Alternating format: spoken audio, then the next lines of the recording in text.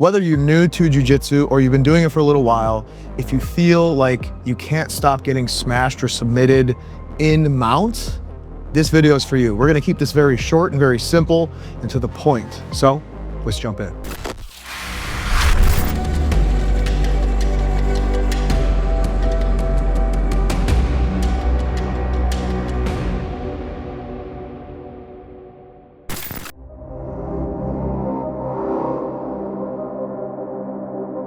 Now, if you are someone who struggles with getting smashed or submitted while being stuck in mount, there's probably one of two things happening here, and we're gonna cover both of those.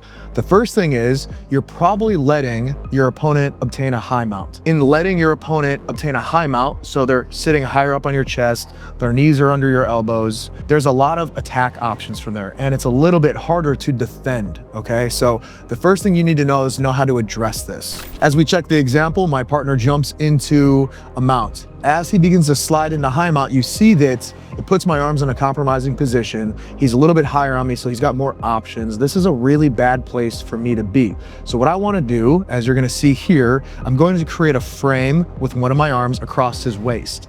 Then with like a bench press style grip on that wrist, I'm going to use both arms to push his waist down mine. Okay, I'm not trying to push him off of me. I'm trying to push him down my body, essentially putting him closer to being on top of my hips. Now that he's on top of my hips, I have a little more room to work.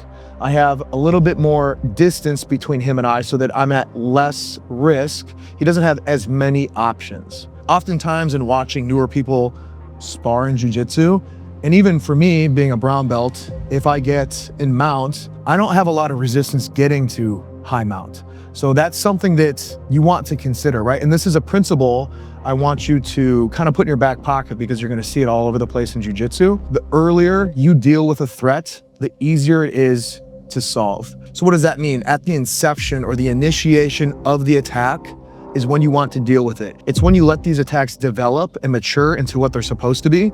That's really where it becomes very difficult to solve. So just take a rear naked choke, for example. As it's coming on, that's where you want to address it. You don't want to address it once it's fully locked up. It's very difficult to solve. But in the beginning, when it's developing, that's where you want to solve that problem. And mount is no different. So as we see in the example, he tries to get into a high mount and I automatically use that frame and bench press grip to keep him from getting to high mount. That grip is not only great for pushing his body down mine, getting him out of high mount, but it's also great for preventing him from getting into high mount. So again, at the inception of the attack, as he begins to slide up, that's where we put this in and prevent him, okay? I think you'll see in doing this, it's gonna keep you a bit more safe and you're gonna notice that you're gonna have a little bit more time to breathe.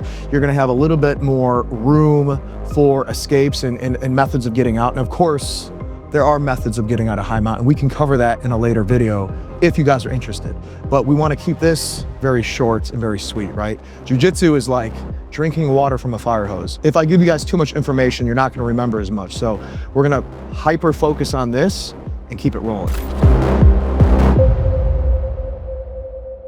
Now, the other aspect to what's probably going on is you're giving up too much back exposure without any protection in place. I oftentimes see guys will try to roll to their side, and in doing so, just like you can see in this example, they're giving up too much of their back, and the opponent is then able to take back control, which is just as bad, if not worse, than being stuck in mount.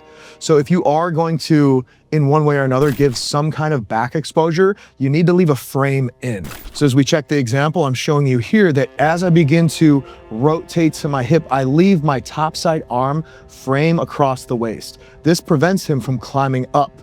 It also prevents him from taking my back. It's just impossible to do so once that frame's in place. Now, it doesn't necessarily matter which mount escape you use, and we aren't covering mount escapes in this video. We can save that for another video if you guys are interested. We're just talking about prevention, using good technique that keeps you safe while you work towards your escape. So as you can see, I've given you two tactics that you can deploy immediately.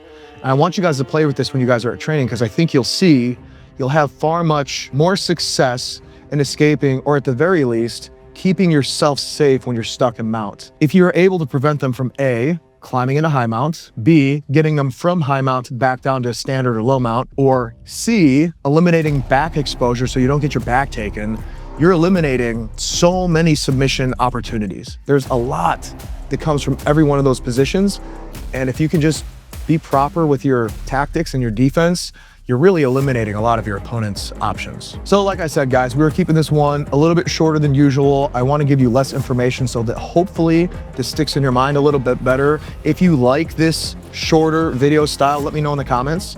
If you want me to focus on just one technique or two techniques instead of usually 3 or 4 that I do, let me know in the comments. I'm trying to make these videos proper and right and helpful for you guys. So you let me know and I'll always be dynamic. Also, if you guys have any other techniques or tactics that you like to deploy when you're stuck in bottom, maybe you guys have been training for a while, let them know in the comments. I'm always so grateful to see you guys sharing your knowledge in the comments section, so thank you for that. With that, you know how we like to end them, sometimes backwards, always forwards. I'll see you in the next one.